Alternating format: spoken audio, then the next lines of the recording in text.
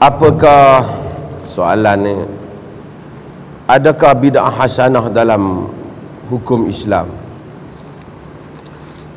Pertama, tuan-tuan, ada dua perkara yang kita kena jelas.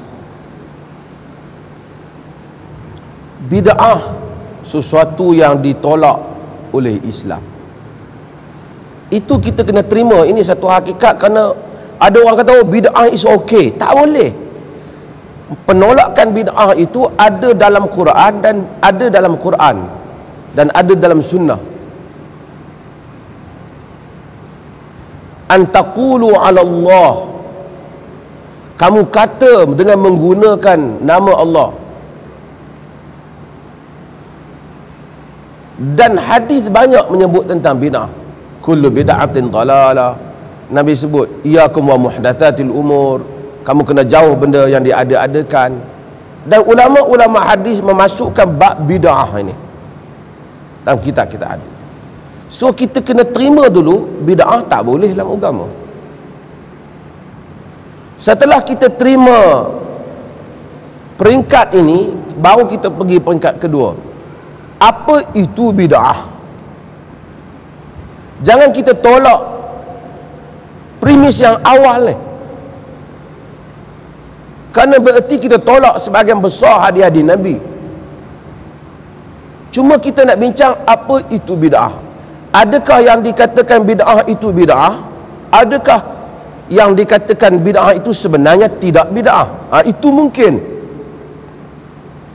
Maka dalam perbahasan itu ada lagi golongan yang berpecah-pecah di kalangan orang Islam. Ada orang yang suka buat bid'ah, dia tambah macam-macam dalam ibadah dan dia rasa okey, bid'ah tu boleh, dan itu bercanggah dengan ajaran Islam. Saya nak ringkas. Ada orang pula yang kata sehingga yang tak bid'ah dibid'ahkan. Ini pun satu masalah. Ada orang membid'ahkan tangga mimbar lebih daripada 3. Ada orang membid'ahkan nasyid. Ada orang duk menasyid, dia kata ini bid'ah. Ya akhi, nasyid tak bid'ah ya akhi. Lagi orang menyanyi lagi pada zaman Nabi, dia bernasyid. Kalau dia kata disunatkan bernasyid pada malam Jumaat, itu boleh bid'ah lah. Tapi dia bernasyid, ikut dia lah. Dia tengah hari ke petang, nasyid ni lagu lah, lagu dia nak nasyid. Ada orang bid'ahkan bank Islam kan?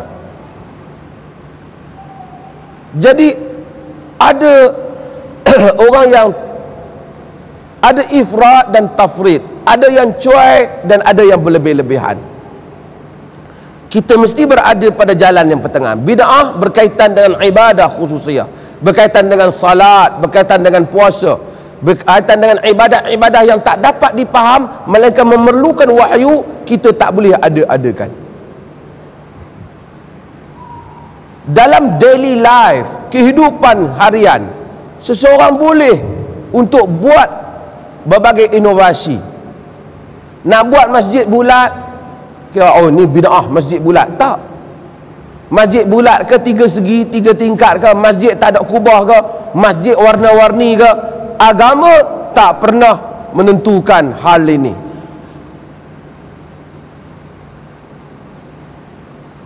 Pakai skrin dalam masjid, bid'ah ke tak? Tak perlulah nak bid'ah benda macam tu. Ada orang bid'ahkan baju, ini pakaian. Ada orang bid'ahkan makanan. Saya sebut selalu, saya dengar radio apa Indonesia bid'ahkan ketupat. Kerana ketupat ini berasal daripada apa, mana dewa apalah, dan kemudian tak patut ada ketupat hari raya kerana itu amalan khurafat, bid'ah dan seumpamanya. Kerana Nabi tak makan ketupat. Memanglah Nabi suruh bergembira pada hari raya. Macam mana nak gembira? Mana boleh sama gembira orang Arab dengan gembira orang Melayu? Ya yaumul farah, hari gembira. Orang Melayu dia makan ketupat, dia gembira. Walaupun lepas tu dia masuk hospital kerana darah naik, tapi dia gembira.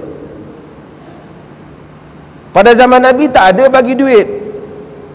Ada orang kata bid'ah bagi duit, bid'ah dalam sampul lah apalah. Itu adalah cara orang gembira. Budak-budak datang, dulu dia datang orang miskin, orang tak banyak duit, datang Assalamualaikum, dia datang rumah kita, dia makan kuih. Saya tak tahu masih ada tradisi ini di Singapura tu pun tidak. Sekarang budak-budak Assalamualaikum, tak nak makan, nak duit, dia kata. So kita bagi dia duit, dia happy. Kita bagi orang minum, ada cawan, dah cukup, tak perlu piring. Tapi kita letak piring nak mencantikkan hidangan. Jangan bid'ahkan piring. Kita bagi duit dalam sampul nak mencantikkan pemberian. Kita bagi hadiah kat orang. Nabi kata tahadu tahabu. Bagi hadiah, nasib kamu sayang antara satu sama lain. Pergi beli gelas besar tu, pergi rumah pengantin, nah hadiah kau gelas. Tak ada. Kita balut dia, dia pun tak tahu apa. Surprise, nanti dia buka. Kotak besar, hadiah kecil. Tapi dia gembira. Kita tak kata membazir kau balut, kat mana pun dia nak buka. Tak. Itu adalah culture. Agama tak halang. Nabi SAW datang kepada kenduri orang Ansar, kenduri kahwin. Nabi tengok tak ada nyanyian. Nabi kata, tak ada nyanyian ke? Innal ansar yu'jibuhumul lahu. Orang Ansar sukakan nyanyian, nyanyilah. Dia orang barangkali tengok, Nabi datang ni nyanyi-nyanyi apa pula? Nabi kata nyanyilah. Orang Ansar sukakan nyanyian. Pada hari raya, dua orang gadis menyanyi dalam rumah Rasulullah. Abu Bakar kata, amizmarus syaitan fi baiti Rasulillah. Dalam hadis Bukhari, adakah suara syaitan dalam rumah Nabi SAW? Nabi kata, da'huma ya Abu Bakar, innahu yaumul 'aid. Biarlah wahai Abu Bakar, ini hari raya. Nabi tolerance dalam hal itu. Dia dah ada baginda sedang baring. Abu Bakar tengok tak sesuai, dua gadis menyanyi dalam rumah Nabi. Tapi agama datang. Sebab itu Islam is the fastest religion yang berkembang dalam dunia ini. Salah satu sebabnya kerana Islam tidak against culture, tidak memerangi budaya, tetapi ia menetapkan akidah dan menetapkan ibadah.